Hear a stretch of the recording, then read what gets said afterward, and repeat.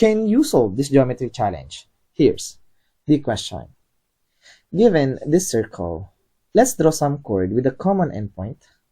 The first chord measures 4 units, the second measures 10 units, the third chord measures 11 units.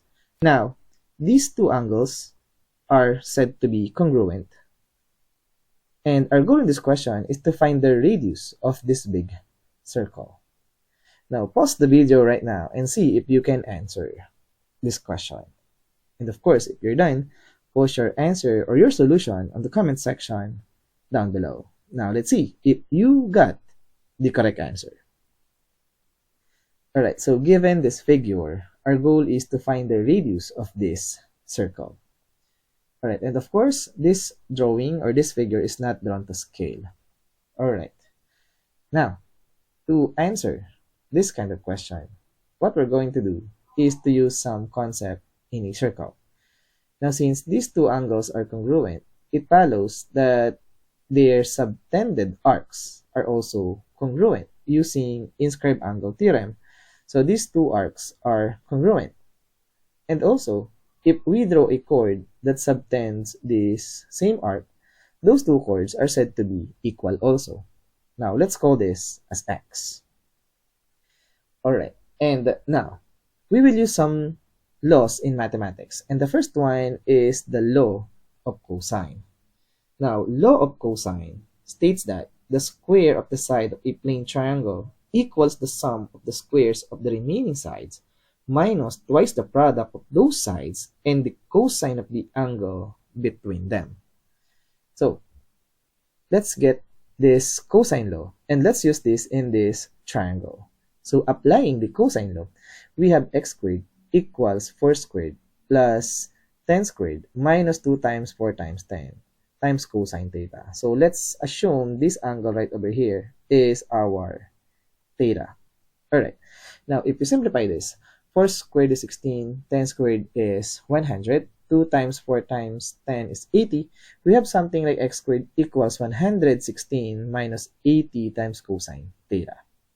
Alright, now using the second triangle, let's use again the law of cosine. So using law of cosine, we have x squared equals 11 squared plus 10 squared minus 2 times 11 times 10 times cosine theta. Simplifying this, we have x squared equals 221 minus 220 times cosine theta. Now, let's focus on these two results. Now, using these two equations, we can now get the value of x and the value of cosine theta. So let's do that. First, take note, they are both equal to x squared. Since they are both equal to x squared, we can equate them like this. Now, let's combine like terms. So we have 220 cosine theta minus 80 cosine theta equals 221 minus 116. Now, combining these two, we have here 140 cosine theta. And on the right-hand side, 221 minus 116, we have 105. Now, to get the value of cosine theta, divide both sides by 140. Now, take the lowest term or simplify 105 over 140. We get 3 over 4. So, cosine theta equals 3 over 4. So, we have now the value of cosine theta. We can also get the value of x. Now, let's use the first equation because this first equation, it looks simpler than the second one. Alright. Now, let's replace cosine theta with 3 over 4. 80 times 3 over 4, we have 60. 116 minus 60 is 56. Get the square root on both sides to get the value of x. So, x is square root of 56. We don't care to the negative value of x because x here is the side length. Alright, so it's always positive. So, x equals square root of 56 and cosine theta equals 3 over 4. So, using those values, our goal is to find the length of the radius. Alright, so of course, we will use these values. Now, to finally answer this question, we will use some relation between the radius of the big circle and the side and the area of the triangle inside of it. So first, we have here sine theta equals c over 2 times the radius of the big circle.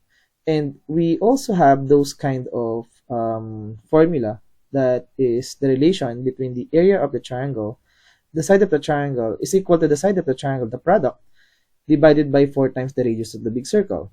But in this question, we need this one. Sine theta equals c, the opposite side of theta, all over 2 times r, or the radius of the big circle. Why we do that? Because in this figure, again, this is theta, our theta, and the opposite side must be x. So here, in this equation, this c, we can replace this as x. Now, let's use this relationship, or this equation, to answer this question.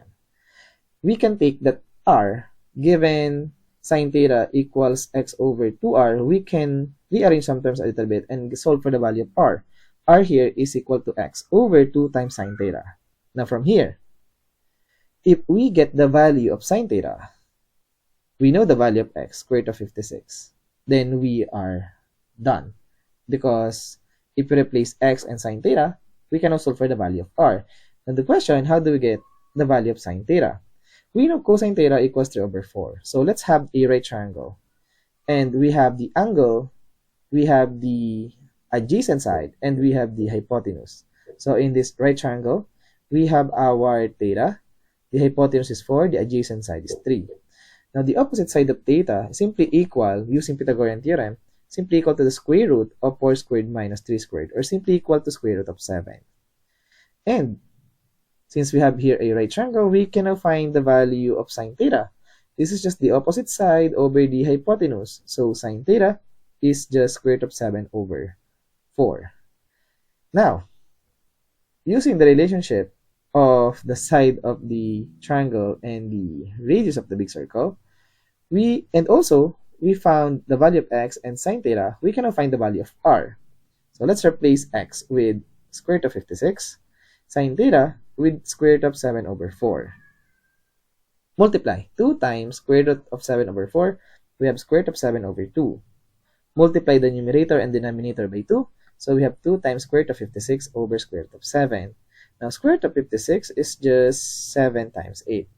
And square root of 7 times 8, we can rewrite this as square root of 7 times square root of 8. Next, eliminate square root of 7 on the numerator and denominator. So we have 2 times square root of 8. And 8 is 4 times 2 for sure. And square root of 4 is 2. So 2 times 2 is 4. So r here is equivalent to 4 multiplied by square root of 2. And this is the length of the radius of this circle.